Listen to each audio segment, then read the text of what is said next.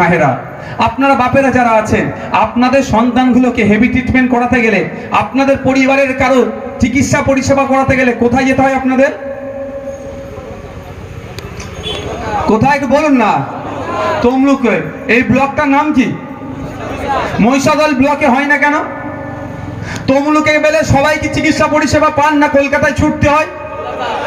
তা এই সমস্যার সমাধান হচ্ছে না কেন? কলকাতার বাবুরা কলকাতায় থাকে বলে একটা নয় একাধিক বড় বড় হসপিটাল হয়ে যাচ্ছে।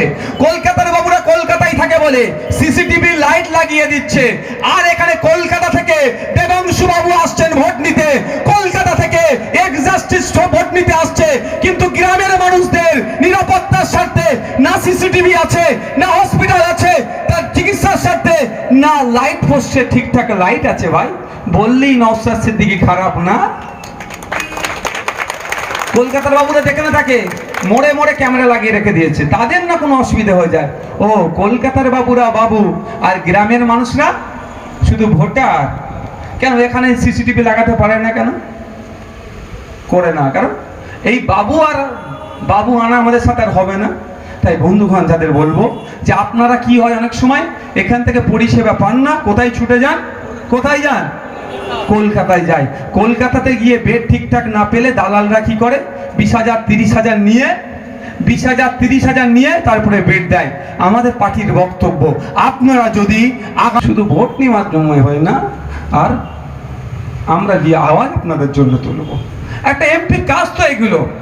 এমপির কাজ যেটা সেটা বাদ দিয়ে তিনি সেলফি তুলছেন, কখনো মোদিজিকে ফুল দিচ্ছেন, বড় করে ছবি তুলে ছাড়ছেন, কখনো রাহুল গান্ধীর সাথে বসে আছে আমি এম উইথ রাহুল গান্ধী এরকম করছে, কখনো অমিত শাহজির সাথে আছে ফুল দিয়ে। হ্যাঁ, আরে আপনাকে ও কাজ করতে পাঠাইনি আমরা পাঠিয়েছি তমলুকের বাচ্চাগুলো স্কুলে যাচ্ছে, ফিরে আসছে, ওখানে শিক্ষক নয়, 400-300 বাচ্চা প্রাইমারি স্কুলে পড়ে, সেখানে শিক্ষক নয়, সেখানে যাতে শিক্ষক আসে।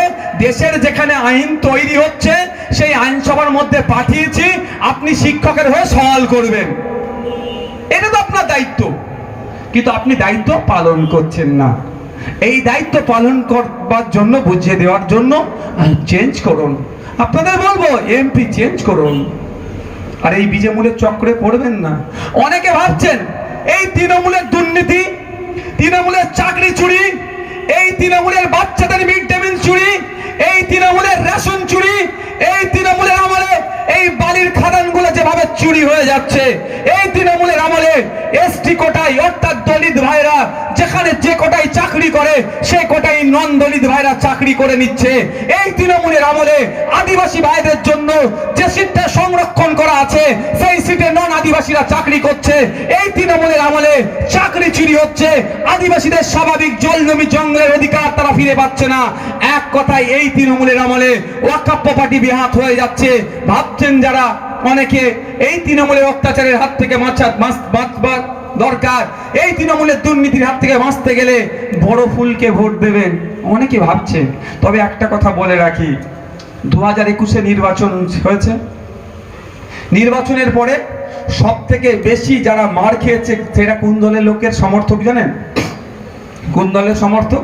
সেটা হচ্ছে না, পার্টি হিসাবে ছোট পার্টি বেশি লোক আমরা মার খেয়েছি, কিন্তু সংখ্যায় যদি গুনি সেটা বর্তমান শুভেন্দু অধিকারী যে দলে আছে সেই দলের সমর্থকেরা সব থেকে বেশি মার খেয়েছে।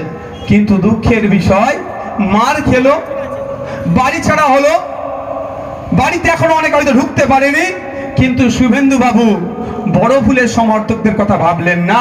মমতা ব্যানার্জি ডেকেছে চা খেতে হবে, ছুটে গিয়ে চা খেয়ে নিলেন।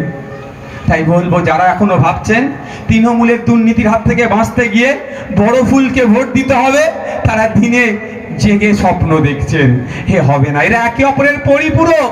শুভেন্দু বাবু ডিসেম্বর ডিসেম্বর ডিসেম্বর দেখাতে দেখাতে 2 ডিসেম্বর পার হয়ে গেল, লাভটা কি হলো? উল্টে কি দেখলাম, ডিসেম্বর দেখাতে দেখাতে উনি দিদির কাছে গিয়ে চা খেলেন, এটা আমরা দেখে ফেললাম। ওতে লাভ হবে না। যদি আপনারা চান এই তৃণমূলকে জব্দ করতে হবে, এর অন্যায়ের হাত থেকে বাংলাবাসীকে মুক্ত করতে হবে, আপনি কৃষক আপনার অধিকার বুঝে নিতে হবে, তাহলে আপনাদের বলবো আসুন ইন্ডিয়ান সেকুলার ফ্রন্টের হাতকে শক্ত করুন, খাম চিহ্নে ভোট দিয়ে